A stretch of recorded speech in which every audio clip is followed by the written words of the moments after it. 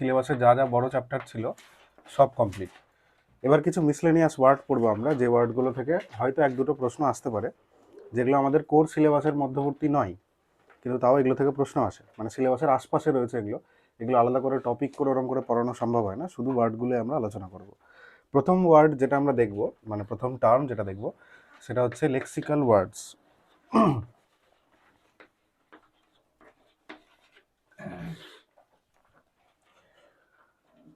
আর সঙ্গে দেখব আমরা ফাংশনাল ওয়ার্ডস।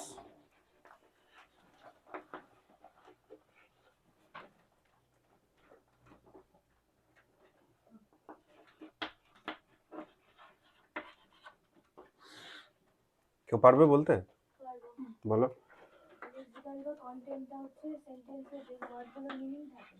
যাদের মানে মেন কন্টেন্টে যাদেরকে আমরা ইউজ করি সেগুলো হচ্ছে লেক্সিক্যাল ওয়ার্ড, এবং যাদের ইন্ডিভিজুয়ালি মিনিং রয়েছে।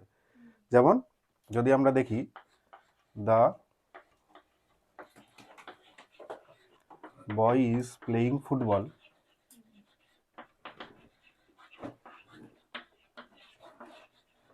এখানে লেক্সিক্যাল কোনগুলো হবে? বয়, প্লেয়িং, ফুটবল, এগুলো সবই কি হয়ে যাবে? Lexical word. এগুলো হচ্ছে মেন ওয়ার্ড, এরকম ভাবতে পারো, যে ওয়ার্ডগুলোর ইন্ডিভিজুয়াল মিনিং রয়েছে, মানে একে আলাদা করে বসালেও এর মিনিং রয়েছে, একে আলাদা করে রাখলেও একে আলাদা করে রাখলেও এদের মানে রয়েছে। এদেরকে যারা সাপোর্ট করছে, যেমন দা, ইজ, আর যদি আমরা বলতাম playing football in a ground বা অ্যাট এ গ্রাউন্ড, যেখানে যাই হোক আর কি, তাহলে ইনটাও আমাদের কি হয়ে যেত? ইনটা আমাদের হয়ে যেত ফাংশনাল ওয়ার্ড, ওটা সাপোর্ট করছে। গ্রাউন্ডটা আবার কি হয়ে যেত আমাদের? Lexical word. তাহলে বোঝা গেল লেক্সিক্যাল কোনটা আর ফাংশনাল কোনটা। যেটা সাপোর্ট করবে সেটা ফাংশনাল, ফাংশন করতে সাপোর্ট করবে। লেক্সিক্যাল কোনটা? যেটা আমাদের মেন কন্টেন্টের মতো করে আমরা যেটা ইউজ করবো সেটা হচ্ছে আমাদের লেক্সিক্যাল ওয়ার্ড। নেক্সট আমরা যে টার্মটা দেখব সেটা হচ্ছে সোশ্যাল লুফিং।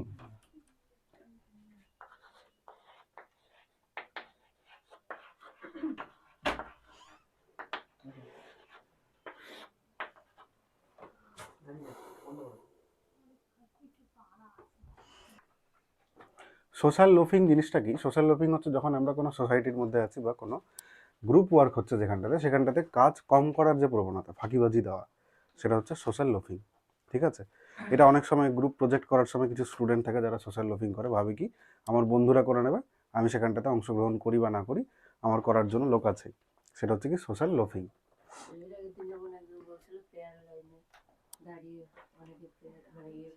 হ্যাঁ, সেটা হচ্ছে সোশ্যাল লোফিং। মানে যখন গ্রুপের মধ্যে কাজ হচ্ছে তখন ফাঁকিবাজি মারার যে টেন্ডেন্সি, সেটা হচ্ছে সোশ্যাল লোফিং।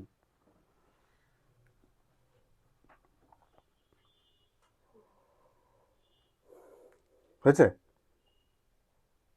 নেক্সট আমরা দেখবো হচ্ছে ডি ইন্ডিভিজুয়েশন।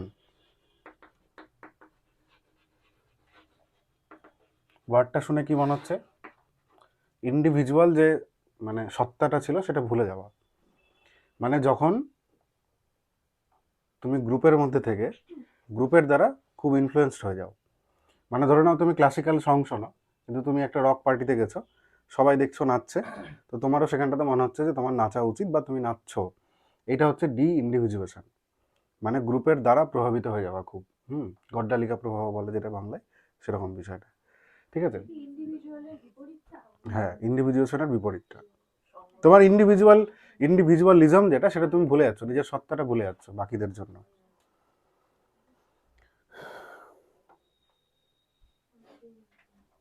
নিজের ভাষায় লিখে নাও তাড়াতাড়ি। হ্যাঁ, একটু তাড়াতাড়ি করতে হবে। যদি নাও লেখা অসুবিধা নেই, মানে পরে বাড়িতে গিয়েও লিখতে পারবে ইংলিশটা, বাংলাটা বুঝেলে।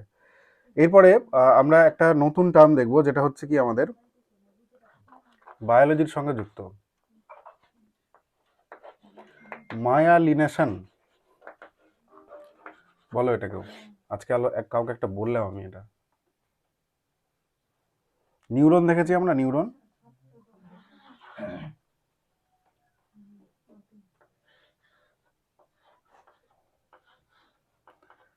তো এরকম হয় নিউরন, যাই হয় আর কি, এই টাইপেরই হয় অনেকটা। ঠিক আছে? এরকম হয়, এগুলো আরো পাতলা হয়ে বেড়ায়। হ্যাঁ, এবং এই যে নিচে যে বেরিয়ে আছে এখানেও কোনো একটার অ্যাকশন কানেক্ট হয়ে আছে, রিসেপ্টর মানে অন্য একজনের, অন্য একটা নিউরনের।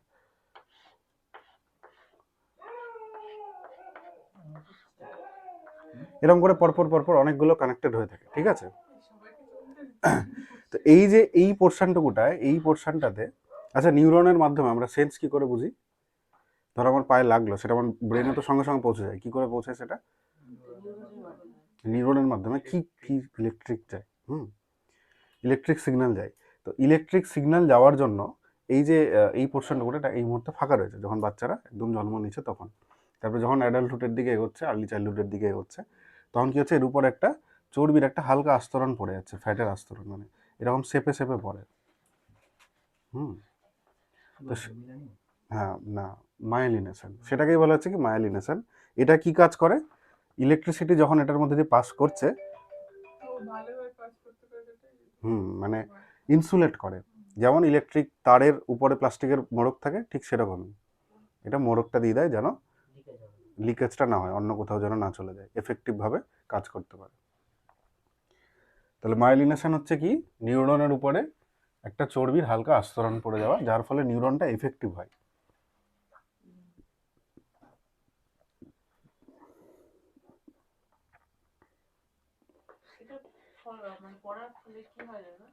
এফেক্টিভ হয় নিউরন, মানে কমিউনিকেশনটা ভালো মতো কাজ করে ব্রেনের সঙ্গে বাকি সব জায়গার।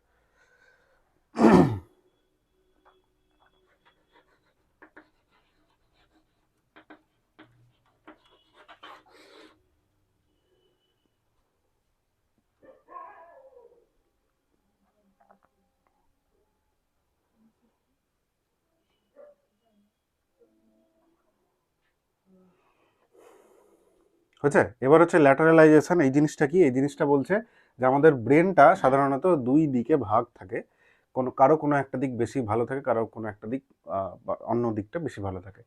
সাধারণত দেখা যায় যে আমাদের লেফট সাইড দিয়ে আমরা কি করতে পারি, লজিক্যাল কাজকর্মগুলো ভালো করতে পারি, ম্যাথামেটিক্যাল কাজকর্মগুলো। রাইট সাইড দিয়ে আমরা ক্রিয়েটিভ কাজকর্মগুলো ভালো করতে পারি। কারোর ক্ষেত্রে দুটোও ভালো হতে পারে, কারোর ক্ষেত্রে যে কোনো একটা ভালো হয়। এটাই বলছে ল্যাটারালাইজেশন।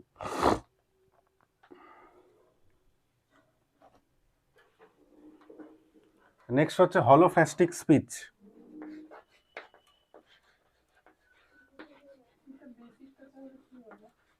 কি ল্যাটারালাইজেশন? ওটাই যে ব্রেনের যে কোনো একটা পোর্শন কাজ করে, মানে যে কোনো একটা পোর্শন একজনের, মানে কারোর যদি দেখা যায় যে সে লজিক্যাল কাজকর্ম ভালো করছে কিন্তু ইমোশনাল বলা ভুল, কিন্তু সে ক্রিয়েটিভ কাজকর্ম করতে ভালো পারছে না, তার মানে তার ব্রেনে ল্যাটারালাইজেশন হয়ে গেছে, আর একটা দিক বেশি অ্যাক্টিভ হয়ে গেছে আর একটা দিক অতটা অ্যাক্টিভ নেই, বুঝলে? বা কারো যদি উল্টো হয়, তার ক্ষেত্রেও সেটা হয়েছে, মানে ক্রিয়েটিভ কাজ করতে পারছে ভালো না। দুটোও কাজ করতে পারে যদি যে কোনো একটা কাজ করে। লেফটও কাজ করতে পারে, রাইটও কাজ করতে পারে। লেফট যাদের হয় তারা হচ্ছে মানে লজিক্যাল কাজকর্ম ভালো করতে পারে, হ্যাঁ, আর রাইট যাদের হয় তারা ক্রিয়েটিভ কাজ মনে করা হয় সেটা। এবার দেখা যাচ্ছে যে কেউ শুধু ক্রিয়েটিভই পারছে, লজিক্যাল কাজ পারছে না, তাহলে তার ব্রেনের কি হয়েছে, ল্যাটারালাইজেশন হয়েছে, ল্যাটারালাইজেশন হয়েছে, ঠিক আছে, যে কোনো একটা সাইড বেশি ভালো কাজ করছে। হলোফ্যাস্টিক স্পিচ,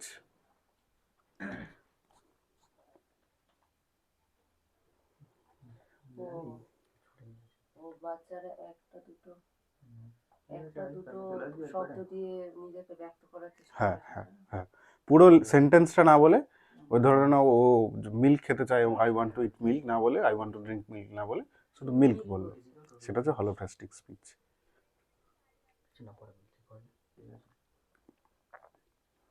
আন্ডার এক্সটেনশন,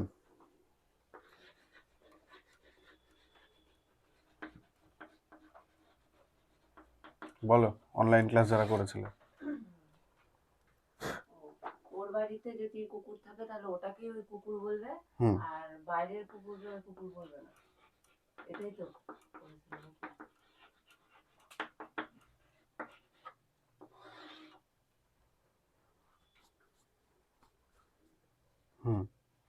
আর ওভার এক্সটেনশন,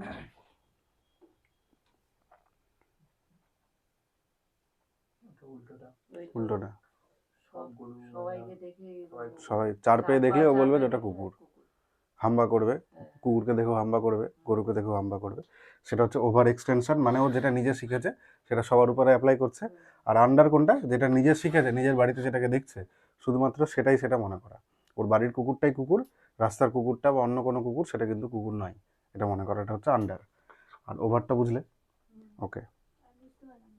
আন্ডার এক্সটেনশন হচ্ছে ও নিজে যেটা দেখে সবসময় নিজের চারপাশে সেটাকেই সেই জিনিসটা মানা। ধরো না ও বাড়িতে বিড়াল দেখেছে, তাহলে ওর বাড়িতে যে কালো বিড়ালটা আছে ওটাই বিড়াল। রাস্তায় যদি সাদা বিড়াল দেখে ও ভাববে সেটা বিড়াল নয়, সেটা অন্য কোনো জীব।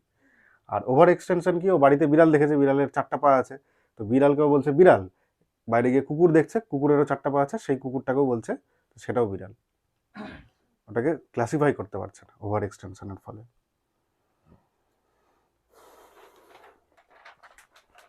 Flynn effect important,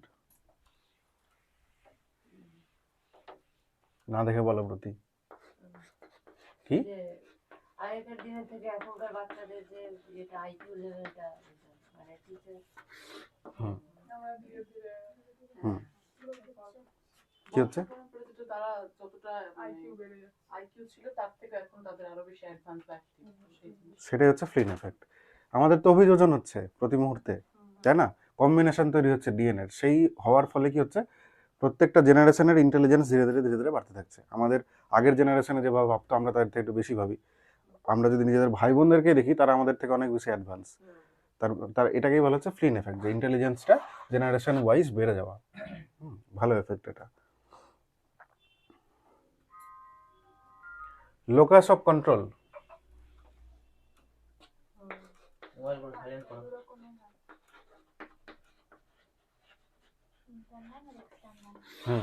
locus of control জিনিসটা কি বোঝাও আগে?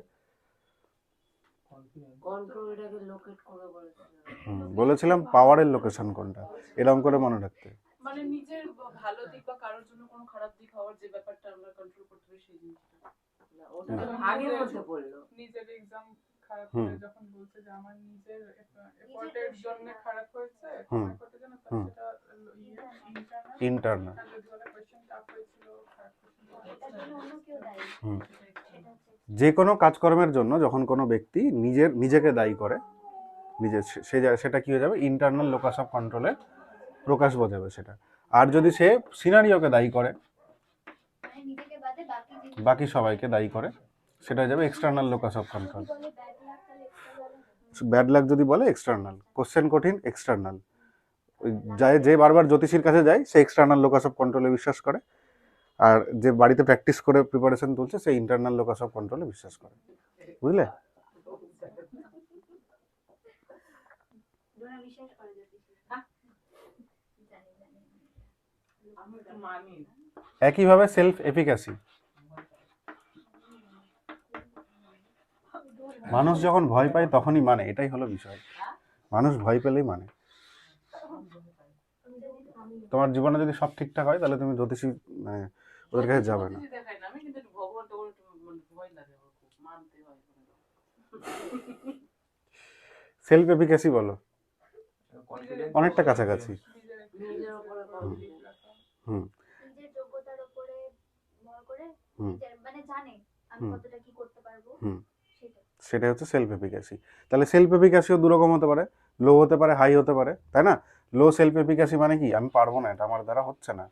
আর হাই মানে এখন পারিনি, পরে পারবো, চেষ্টা করলেই পারবো। পার্থক্য জিজ্ঞেস করো না, আলাদা আলাদা জিনিস, একই রকম একই জিনিস। যদি অপশানে ফিক্স থাকে আর লো থাকে, থাকবে না দুটো একসঙ্গে, হয় হাই থাকবে নাহলে ফিক্স থাকবে, একই জিনিস দুটো। এগুলো সব একই ধরনেরই জিনিস। সেলফ এফিকাসি হলো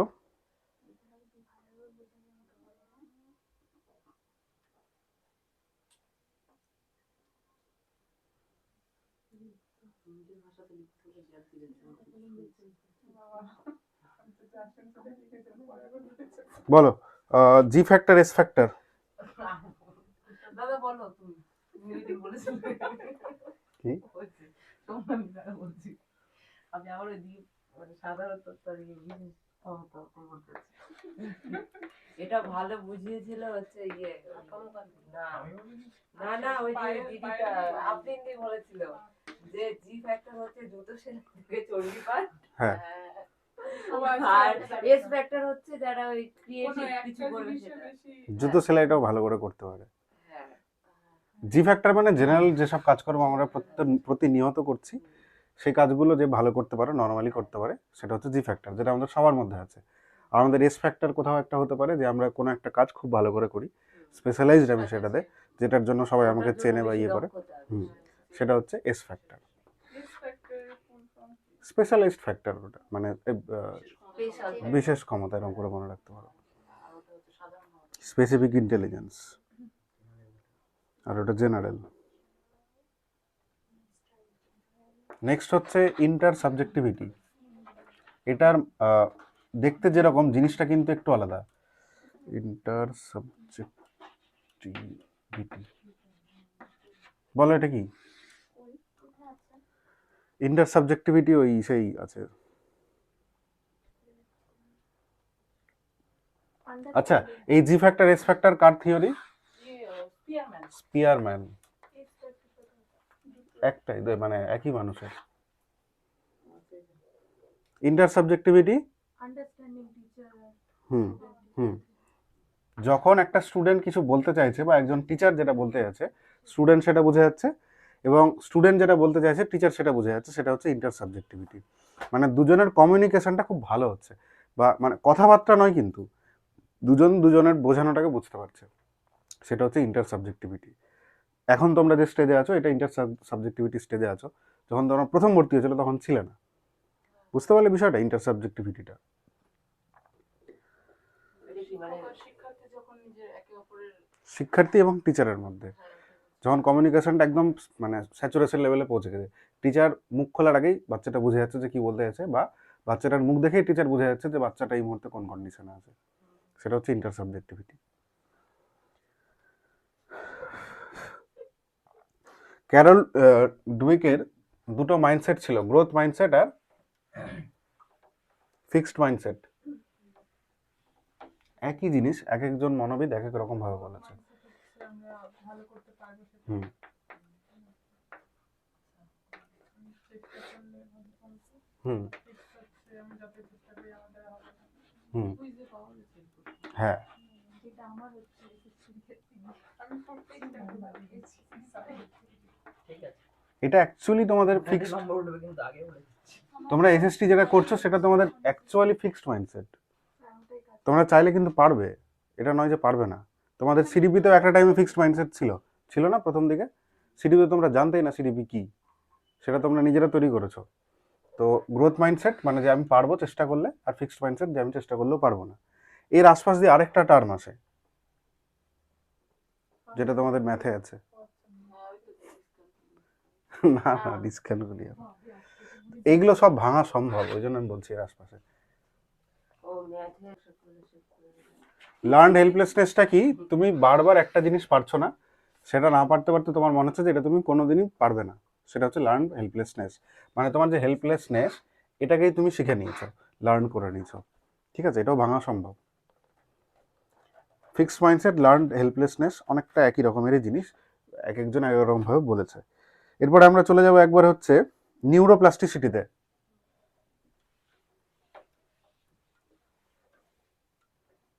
বলো।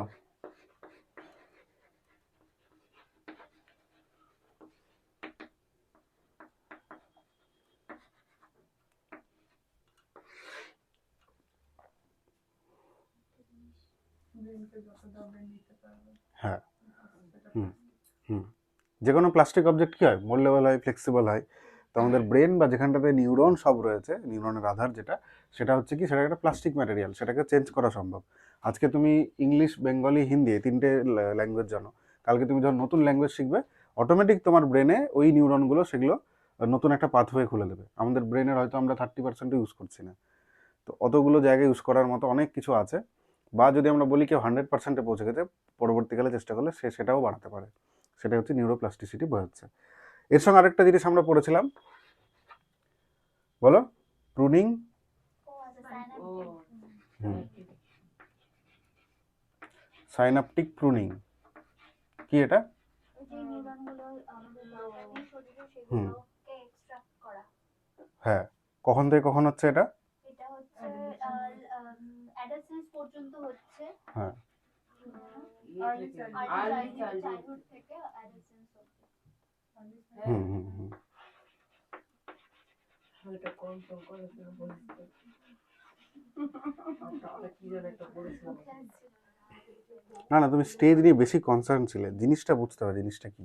জিনিসটা বুঝেছি কিন্তু কোন এটাতে কোথাও প্রশ্ন আসবে না এটা নিয়ে, এটা কোন স্টেজে হয়। কারণ কিন্তু আসে তো অ্যাডোলেসেন্স বলে আমার আসে। মনে আছে এটার জন্য বাচ্চারা ফিক্সড কোনো টাইম নেই। কোনো কথা ওদের মনে থাকে না কারণ সেই সব নিউরন বাদ দিয়ে দেওয়া হয়। এক্স্যাক্টলি, এটার ফিক্সড কোনো টাইম নেই তো। বাচ্চা যে তুমি যদি বলো যে আর্লি চাইল্ডহুডেই তার প্রুনিং হচ্ছে, ওটাও বলা যাবে না। বা কেউ যদি বলে অ্যাডোলেসেন্সে হচ্ছে, দেখা গেলো অ্যাডোলেসেন্সের পরে গিয়েও হচ্ছে। একটা জায়গায় আমি দেখেছি 20 বছর পর্যন্ত, 20 বছর অ্যাডোলেসেন্স থাকে। 20 বছর যথেষ্ট বড়। অ্যাডোলেসেন্স হচ্ছে আর্লি মানে চাইল্ডহুড আর অ্যাডাল্টহুডের মাঝখানের জায়গাটা। তো 20 বছর মানে অ্যাডাল্টহুডে পৌঁছে গেছে অলরেডি। তো স্লো লার্নার না, ওর বডি তখনও অ্যাডাপ্ট করেই যাচ্ছে পরিবেশের সঙ্গে। সাইনাপটিক প্রুনিংটা একটু বুঝিয়ে দাও তাহলে তোমরা। ওই তো যেই নিউরন গুলো দুর্বল সেই নিউরন গুলোকে বাদ দিয়ে যেগুলো মানে স্ট্রং সেগুলোকে আরো বেশি ইয়ে করে। নিউরন সেগুলোকে কালেক্ট করতে থাকে বডি। হুম। বাকিগুলোকে কি করে? এক্সট্রাক্ট করে দেয় বাদ হ্যাঁ, দিয়ে দেয় নষ্ট করে যেগুলোর দরকার নেই শরীরে সেই জন্য। হুম। মানে আমাদের ছোটবেলায় কি হয়, একদম যখন গর্ভাবস্থাতে তখন তো নিউরন তৈরি হচ্ছে, তারপরে আমাদের র্যাপিড গ্রোথ হচ্ছে। তো যখনই ও চাইল্ডহুডে আসলো, মানে আর্লি চাইল্ডহুডের এরকম একটা জায়গায় আসলো, মানে ধরো নাও 2 বছরের মধ্যে, তখন তার প্রচুর নিউরন তৈরি হয়ে গেছে বডিতে, কারণ র্যাপিড গ্রোথ হয়েছে। এবার সেই সবগুলো নিউরন হয়তো দরকার নেই, ওর মধ্যে কিছু দুর্বল নিউরন আছে, সেই নিউরনগুলোকে বাদ দিয়ে দেওয়া এবং বাকি যেসব নিউরন রয়েছে সেগুলোকে এফিসিয়েন্ট করা, এই যে বিষয়টা মানে কেটে ফেলা, বাদ দিয়ে দেওয়া, প্রুনিং করছে, সেটাকে কি বলা হচ্ছে? Synaptic pruning. ঝেড়ে ফেলা এক্সট্রা জিনিসপত্রগুলোকে। Synaptic pruning important term. Ceiling effect. Ceiling মানে কি? না। নরমাল কোশ্চেন অ্যানসার সবাই দিতে পারে হুম তখন থেকে গুডের ভালো করে হুম হুম। সিলিং এফেক্ট মানে কোশ্চেন যদি সহজ হয়ে যায় তাহলে কি হবে, সবাই ফুল মার্কস পেয়ে যাবে, এবং সবাই ফুল মার্কস পেয়ে গেলে তখন ভালো খারাপের মধ্যে ওই বিবেচনাটা করার সম্ভব হবে না। মানে কেউ ধরে নাও 30-এ 29 পেয়েছে, সবাই 30 পেয়েছে, তো যে 29 পেয়েছে তাকেও খারাপ বলা যাবে না, সে হয়তো 30 পেয়ে যেত। কিন্তু তুমি এখানটাতে বিচার করতে পারছো না যে এদের মধ্যে কে সব থেকে ভালো, কারণ বেশিরভাগই তো 30 পেয়ে গেছে, তাই না? এটা হচ্ছে সিলিং এফেক্ট। হ্যালো এফেক্ট, হ্যালুসিনেশনের সঙ্গে যুক্ত। হ্যালো এফেক্ট মানে কারো অ্যাপিয়ারেন্স দিয়ে তাকে জাজ করে নেওয়া, তার প্রতি মুগ্ধ হয়ে যাওয়া, সেটাই হচ্ছে হ্যালো এফেক্ট। কেউ ভালো ড্রেস পোশাক পরে এসছে মানে সে পড়াশোনায় ভালো হবে, এই যে এই চিন্তা ভাবনা করা, সেটা হচ্ছে হ্যালো এফেক্ট।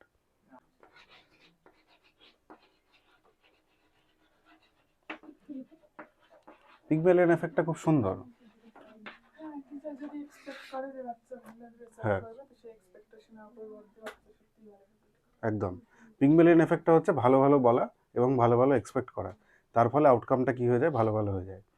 এটা নিয়ে একটা সুন্দর সিনেমাও আছে, মানে একজন তোমার বা সবজি বিক্রেতা, তাকে আর কি একজন ভাষা শেখানোর জন্য, মানে সে তো মানে সেই লোকাল ল্যাঙ্গুয়েজ ইউজ করে, লোকাল ল্যাঙ্গুয়েজটা ইউজ করার জন্য ওকে আলাদা করে ভাষা ট্রেনিং দিয়েছিল একজন টিচার, এবং তাকে নিয়ে গেছিলো বড় অ্যাডমিনিস্ট্রেটিভ লোকজন যেখানে থাকে সেই জায়গাটাতে, ভালো অ্যাপিয়ারেন্স, জামা কাপড় পরিয়ে। তো তার ভাষা শুনে কেউ বুঝতে পারেনি যে সে আর কি সবজি বিক্রেতা, এবং তারপরে সমস্যাটা হবে, তারপরে সে মেয়েটার সবজিও বিক্রি করতে পারছে না, আর এই অ্যারিস্টোক্রেট ক্লাসেও থাকতে পারছে না। তখন মেয়েটার আর কি স্যারকে পছন্দ হবে, এগুলো নিয়ে সিনেমাটা। কিন্তু মানে স্যার যে তাকে ইয়ে করেছিল, মানে সেই টিচারটা যে তাকে ভালো ভালো বলেছিল, ইনফ্লুয়েন্স করতে পেরেছিল, সেটা হচ্ছে পিগমেলিয়ন এফেক্ট, বুঝলে?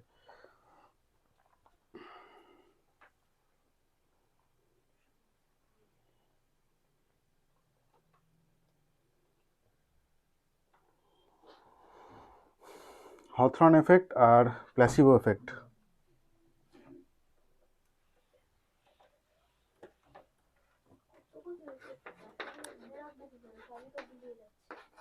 প্রশ্ন করলে মনে হয়ে যাবে। এই কোশ্চেনটা অলরেডি করছে সিরিয়াল তো ফুল মার্কস পাচ্ছে বুঝছে না কে কে করছো ওখানে? পরীক্ষা কে কে দিচ্ছ? তুমি ক্লাস করেছিলে এটা পুরোটা? কোনটা পরীক্ষা? ওইদিন নিলে তো এই যে অনলাইনে এখন যেটা পাঠালো। ওকে, কথা বলো না, নিজের মধ্যে করো, কথা বলো না। এটা পরীক্ষা নাকি আবার? সবই তো পরীক্ষা। না, তোমাদের আলাদা 150 পরীক্ষা হবে। হথরন এফেক্টটা কি? প্লেসিবোটা কি? প্ল্যাসিবোটা কি?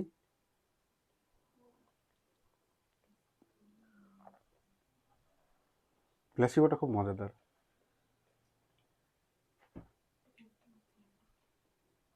পড়ে বলতে পারবে কেউ? দাদা আমাকে না একটু অ্যাজারসন আর হচ্ছে হুম রিজনিংটা হুম হুম। বুঝিয়ে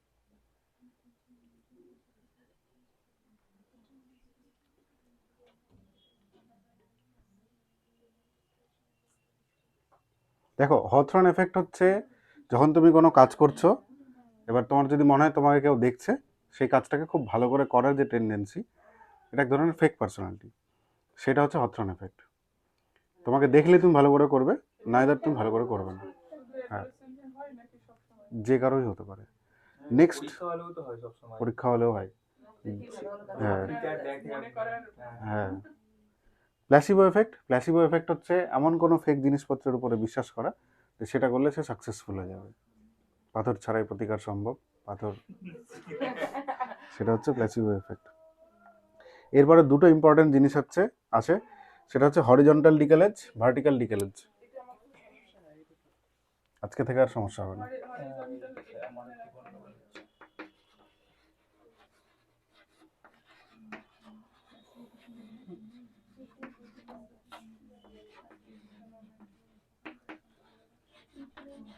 হোমিওপ্যাথি। লিখেছো ওখানে এক্সাম্পল হোমিওপ্যাথি কাজ করে মানে? আমি জিজ্ঞেস করলাম এটা নেই ও আচ্ছা, ওই লাকি পেন, লাকি একটা ছিল না সিনেমা খুব ফেমাস, লাকি একটা ব্যাট ছিল, চ্যানকুলি ভ্যানকুলি, তারপর ওই ব্যাটটা হারানোর পরেও তো পেয়েছিল, মানে ভালো ইয়ে করেছিল অনলাইনে সেদিন ক্লাসের সময় অনেক খুব মনে করার চেষ্টা করছিলাম, মনেই পড়লো না সিনেমাটার নাম। সিনেমাটার নাম। তো যাই হোক, আচ্ছা, ডিকেলেজ মানে হচ্ছে বাঁধা, গ্যাপ, এই জিনিসপত্রগুলোকে ডিকেলেজ বলা হয়, ঠিক আছে। হরাইজন্টাল ডিকেলেজ কি? যখন ধরে নাও তুমি, তোমায় কোনো একটা দেখো, সবাই দেখো, তোমায় কোনো একটা প্রবলেম দেওয়া হলো, সেই প্রবলেমটা তোমাকে বুঝিয়ে দেওয়া হলো, তুমি সলভ করতে পারলে, সেম ডিফিকাল্টি লেভেলের তোমাকে আরেকটা প্রবলেম দেওয়া হলো, তুমি সেটা পারছো না, সেটা হচ্ছে হরাইজন্টাল ডিকেলেজ। হরাইজন কি? আমাদের চোখের সামনে যা দেখছি, প্যারালাল টু দ্য গ্রাউন্ড, সব আমাদের হরাইজন। হরাইজনে গিয়ে সানসেট হয় না, আমাদের প্যারালাল, সেখানে হাইটের কোনো ডিফারেন্স নেই। ভার্টিক্যাল কোনটা? ভার্টিক্যাল হচ্ছে ধীরে ধীরে হাইট বাড়ছে, সেটাকে ভার্টিক্যাল বলা হয়। তো ভার্টিক্যাল ডিকেলেজে কি হয়, তোমাকে যে ডিফিকাল্টির প্রশ্ন দেওয়া হলো, একটু যদি বেশি ডিফিকাল্টির দেওয়া হয়, তুমি সেটা পারছো না, সেটা হচ্ছে ভার্টিক্যাল ডিকেলেজ। তো ভার্টিক্যাল ডিকেলেজটা ঠিক আছে, হতে পারে, গ্যাপ তৈরি হতে পারে, কিন্তু হরাইজন্টাল ডিকেলেজটা হওয়া উচিত নয়। সেম ডিফিকাল্টি লেভেল, এখানে ডিফিকাল্টি লেভেলটা এক হবে না, পারা না, মানে অ্যাকচুয়ালি গ্যাপকে বোঝায় ডিকেলেজ, আর এটা হচ্ছে মানে জাস্ট ওয়ান স্টেপ বেশি ডিফিকাল্টি হবে।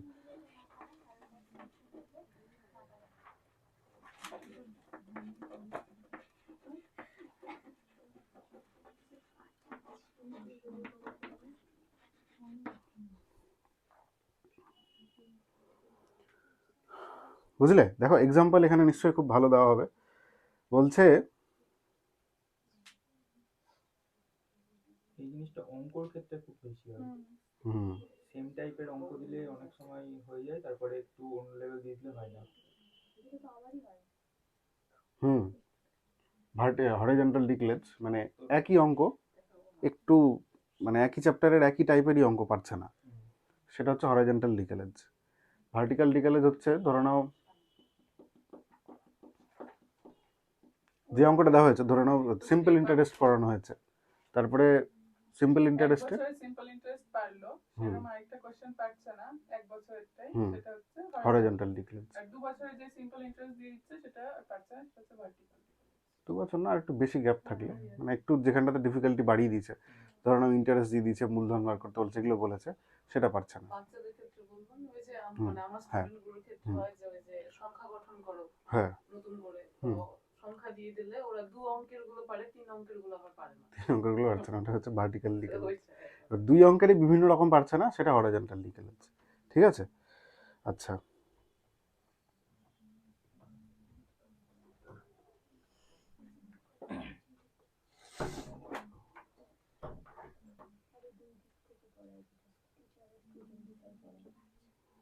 আচ্ছা, এলকিন্ডের থিওরি আছে, ডেভিড এলকিন্ডের, পড়বে, এটা থেকে দু একটা প্রশ্ন আসতে পারে, নাও আসতে পারে। এরিকসনের থিওরিও আছে, আসতে পারে প্রশ্ন, নাও আসতে পারে, আমি আগেই বলে দিচ্ছি, ওই জন্য আমি এগুলো পড়াবো না। যদি তোমার মনে হয় তুমি কেপেবল নেওয়ার জন্য তাহলেই পড়বে, নাহলে দরকার নেই। ডেভিড এলকিন্ডের কথা বললে আর দেখো ওখানেই আছে, যেগুলো আছে সেগুলোই। নেক্সট আরেকটা পাঠাচ্ছি, বা আমি বলছি, রেসিপ্রোকাল টিচিং। ওই স্টুডেন্ট আর টিচার দুটো স্টুডেন্ট, হ্যাঁ দুজনই যেটা আর কি হুম, একে অপরকে শেখায়। হ্যাঁ, একে অপরের ডায়ালগ ডেলিভারি করবে, মানে কনভারসেশনের মাধ্যমে। বক্তা শ্রোতা নয়, দুজনেই বক্তা, দুজনের মধ্যে কমিউনিকেশন হচ্ছে, তাহলে সেটা হবে রেসিপ্রোকাল। মানে দাঁড়াও, ধীরে ধীরে। রেসিপ্রোকাল টিচিং হলো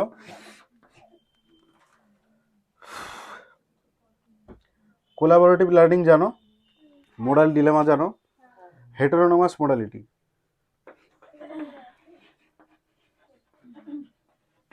নতুন দিলাম। বাচ্চারা মনে করে যে নিয়মগুলো হচ্ছে ভগবানের দ্বারা প্রদান করা বা বড় কারোর দ্বারা প্রদান করা, যেটাকে পরিবর্তন করা সম্ভব নয়, সেটা হচ্ছে হেটেরোনোমাস মোডালিটি। অটোনোমাস মানে এটারই উল্টো তালে হবে, এটা নিজে পরিবর্তন করতে পারবে, যদি দরকার পড়ে তাহলে পরিবর্তন করতে হবে, এটা হচ্ছে অটোনোমাস মোডালিটি। হেটেরোনোমাস মানে বাইরের কেউ দিয়ে দিয়েছে, যেটা আর পরিবর্তন করা সম্ভব নয়, বড় এন্টিটি দিয়ে দিয়েছে, এটা যে মনে মনে করা, সেটা হচ্ছে হেটেরোনোমাস মোডালিটি। অটোনোমাস মোডালিটি মানে যেখানটাতে পরিবর্তন করা সম্ভব, নিজেই করবে যে জায়গাটাতে। মেটাকগনিশন, যে ভাবনাটা মানে আমি যেটা সলভ করেছিলাম সেটাকে আবার ব্যাপারটাকে মূল্যায়ন করা যায়। মেটা মানে নিজে যেটা করছি, নিজে যেটা ভাবছি, মানে আমার কগনিশনে যেটা আছে সেটাকে আরেকবার রিচেক করা, সেটা হচ্ছে মেটাকগনিশন। এক্সিকিউটিভ ফাংশন, এক্সিকিউটিভ মানে কি? এক্সিকিউটিভ মানে যেগুলো আর কি হায়ার অর্ডার, মানে বড় জায়গায় থাকে যেসব পার্সনরা, তো যে ফাংশনগুলো হচ্ছে এক্সিকিউটিভ, মানে যে ফাংশনগুলো সবার থেকে আলাদা, সেগুলোকে এক্সিকিউটিভ ফাংশন বলা হয়।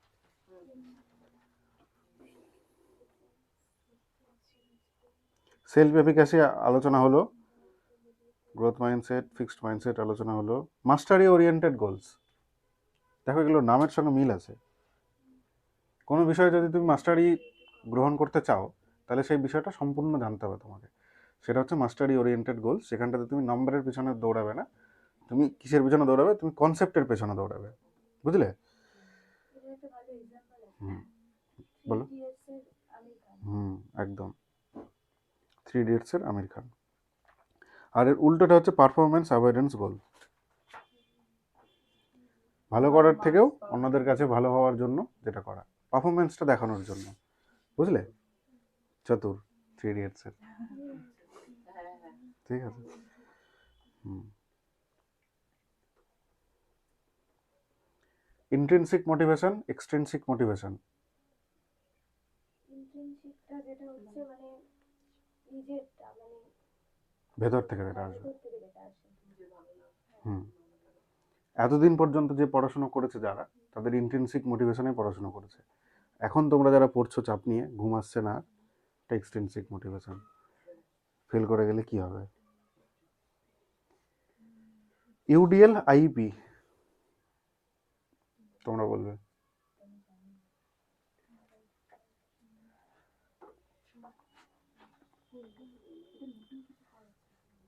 Indrani, UDL inclusive. ইউনিভার্সাল, প্রতিটি ছাত্রের জন্য নমনীয় পদ্ধতি বা ভালো পদ্ধতি ইউজ করা। কিছু মানে স্পেসিফিক টার্ম ছিল ইউডিএল এর জন্য। নমনীয় পদ্ধতি, ভালো পদ্ধতি তো ঠিকই আছে, এটা হতেই হবে। এনিওয়ান? ওটা একটা ইউনিভার্সাল মেথড, আর একটা হচ্ছে আইপিটা হচ্ছে পার্সোনালাইজড মেথড। ইউনিভার্সাল মেথডের স্পেশাল কি জিনিসটা, কেন ওটাকে ইউনিভার্সাল বলা হলো? কারণ ওটা সবার সবার জন্য জন্য স্পেসিফিক। চা, সবার জন্য জেনারেলাইজ করা। সবার জন্য কি করবে? শিক্ষার পদ্ধতিটা কি করবে universal শিক্ষার access পদ্ধতিটা? ওর জন্য সবার জন্য বলতে শিক্ষার পদ্ধতিটা কি করে ইউনিভার্সাল করবে? নমনীয় করে, আর কি করবে? ইনক্লুশন করে, সবাইকে ইনক্লুড করলে। তারপরে কি করবে? নমনীয় করে দিলে তাহলে যারা ভালো আছে পড়াশোনায় তাদের কেমন লাগবে পড়তে? বোর লাগবে, বোর লাগবে। না, খুব নমনীয় এমন এখানে কোনো কি পদ্ধতি যাতে ইকুইটি ব্যাপারটা কি এসছে যে মানে না। যার যেটা মানে সমস্যা সেটা না, স্ট্যান্ডার্ডাইজ টেস্ট উল্টো। ব্যাপারটা হ্যাঁ, মাল্টি মানে মাল্টি লিঙ্গুয়ালিজম নেই, ব্যাপারটা আছে multiple way of providing expression, teach করা, বিভিন্ন ওয়েতে তাকে টিচ করতে হবে। সে যেটা জানে সেটা মাল্টিপল ওয়েতে তোমাকে এক্সপ্রেস করতে পারবে। কমিউনিকেশনটা মাল্টিপল ওয়েতে হবে, তোমার পাঠ্যক্রমটাও মাল্টিপল অ্যাসপেক্ট নিয়েই হবে, বুঝতে পারলে? ইউডিএল এর গল্প হচ্ছে এটা মাল্টিপল গল্প থাকবে সেখানটাতে, সবার জন্য থাকতে হবে। সেখানটাতে আইপিটা কি? ইন্ডিভিজুয়াল আলাদা করে। মানে এখানে সবাই ইনক্লুড থাকবে না, হ্যাঁ। স্পেশাল কিছু চাইল্ড যাদেরকে নিয়ে এটা হুম। মানে শিক্ষার প্রসেসটা চলবে। এটারও একটা স্পেশাল ব্যাপার ছিল, তাই স্লো এখানে লার্নার্সদের জন্য। slow learners এর জন্য। স্লো লার্নারদের যেগুলো যেগুলো প্রয়োজন সেগুলো সেখানটাতে লেখা থাকে, এবং তার কি পরিবর্তন হচ্ছে, কতটাতে সে তার উন্নতি ঘটছে সেটাও আইপিতে কিন্তু লেখা থাকে। এটা সরকারি নথি একটা, আইপিটা এটা যেন কি কি বলে এটাকে, কি নথি? Individualise education programme. নথিগুলোকে যে সব সংগ্রহ করে রাখছে ওটাকে পোর্টফোলিও, হ্যাঁ পোর্টফোলিও। আইপি পোর্টফোলিও আলাদা। না, আমি ওটা জাস্ট এমনি মনে রাখার জন্য বলছি। হুম। এএসডির ফুল ফর্ম? এটা অটিজম, সেটা জানি। অটিজম ডিসঅর্ডার কিছু একটা আছে। ডিসঅর্ডার, মাঝখানে hyper spectrum. Autism spectrum disorder. এডিএইচডির full form? Attention deficit hyperactivity. হ্যাঁ অটিজমটা নিউরনের সঙ্গে যুক্ত, দেখলে ওটা accept করে আসছে। দেখলে করে আসবে। বলা যাবে না। ঠিক আছে, দেখলে পারলেই হলো। অ্যাসেসমেন্ট ফর লার্নিং আর assessment of learning. Formative Assessment fault-টা, হ্যাঁ। অফ হচ্ছে সামেটিভ, আর as-টা হচ্ছে নিজের জন্য, সেটা self। ফরমেটিভ। হ্যাঁ, অ্যাসেসমেন্ট অ্যাসটা আরে নিজের জন্য। নিজের জন্য, যেটা নিজে করে বা বন্ধুরা করে সেটা হচ্ছে মানে শিখন রূপে মূল্যায়ন, অ্যাসেসমেন্ট অ্যাজ লার্নিংটা। আর ফর মানে শিখনের জন্য মূল্যায়ন, অফ মানে শিক্ষণের মূল্যায়ন। তাহলে ডায়াগনস্টিক ইন নেচার কোনটা হবে? ডায়াগনস্টিক নেচার হচ্ছে formative, assessment for learning. For learning. Rank কোনটায় দেওয়া হয়? Rank হচ্ছে summative of learning। একদম। Portfolio, diagnostic assessment, remedial teaching জানো, হিডেন ক্যারিকুলাম।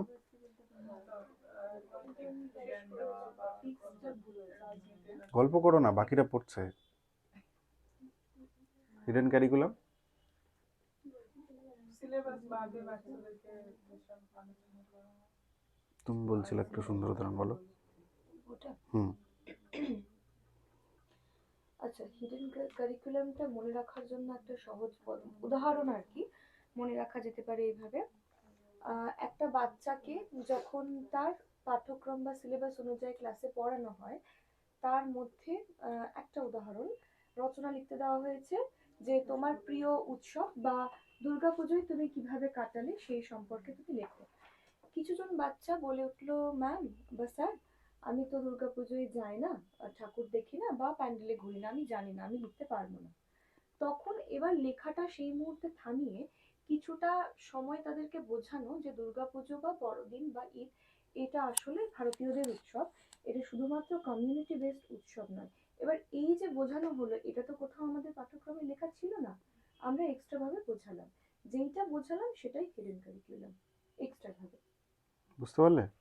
মানে যেখানে টিচারের মোরালিটি, নৈতিকতা বাচ্চাদের মধ্যে ইসের যে ব্যাপারটা কনভে করার যে ব্যাপারটা, সেটা হিডেন ক্যারিকুলাম, যেটা রিটেন ফরম্যাটে কোথাও থাকে না।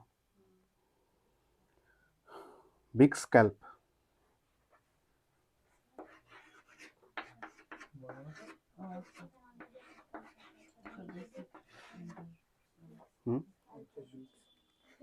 ও বিগ স্ক্যাল্প ভেবে নিচে। বিগ স্ক্যাল্প কেউ বেসিক ইনফরমেট না, না, মানে ওটা রোনা বলেছিল বেসিক একদিন interpersonal Interpersonal communication. Communication. Basic interpersonal communication skill, আর ওটা হচ্ছে কগনিটিভ আমি যাই না। আর ইংলিশ পেডাগজি তো পড়ালাম তাকে তো। কোশ্চিনের স্ল্যান্স দিয়ে দিতে ঠিক আছে। ল্যাঙ্গুয়েজ হ্যাঁ একাডেমিক ল্যাঙ্গুয়েজ Program নাকি? ওই ক্যালক। আর হ্যাঁ। ফিক্সড হচ্ছে জেনারেল ল্যাঙ্গুয়েজ, যেটা সবাই ইউজ করে academic academic language professional. Professional তো ঠিক আছে। ঠিক। তাহলে বিক্সটা কি? যেটা জেনারেলি আমরা রেগুলার দিনে আমরা কথোপকথনের জন্য যে ভাষা ইউজ করে থাকি, মানে যেগুলো সেটা হচ্ছে আর ক্যাল্প হচ্ছে এটা তো শিক্ষাগত একাডেমিক ভাষা শেখানোর জন্য যেটা আমরা ফর্মাল ল্যাঙ্গুয়েজ। ফর্মাল ল্যাঙ্গুয়েজ, পড়াশোনার সময় আমরা যে ল্যাঙ্গুয়েজটা ব্যবহার করি সেটা বিক্স এবং CALP. Critical pedagogy, culturally responsive pedagogy.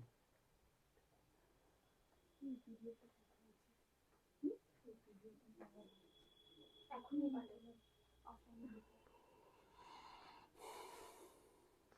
তাড়াতাড়ি দেখে বলে দাও। Critical pedagogy, culturally responsive pedagogy,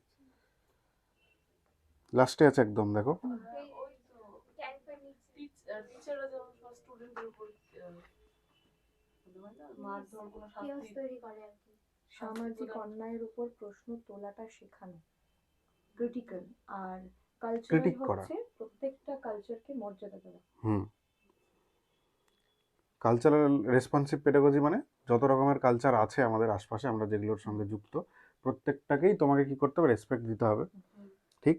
আর ক্রিটিক্যাল পেডাগজি কোনটা, যেখানে তুমি সমাজের যে কোনো অন্যায়ের বিরুদ্ধে তুমি ক্রিটিক করবে, সেটা পড়ানোর যে পদ্ধতি বা সেটা মানে সেটা বাচ্চাদের মধ্যে বোঝানোর যে পদ্ধতি, সেটা হচ্ছে ক্রিটিক্যাল পেডাগজি। শুধু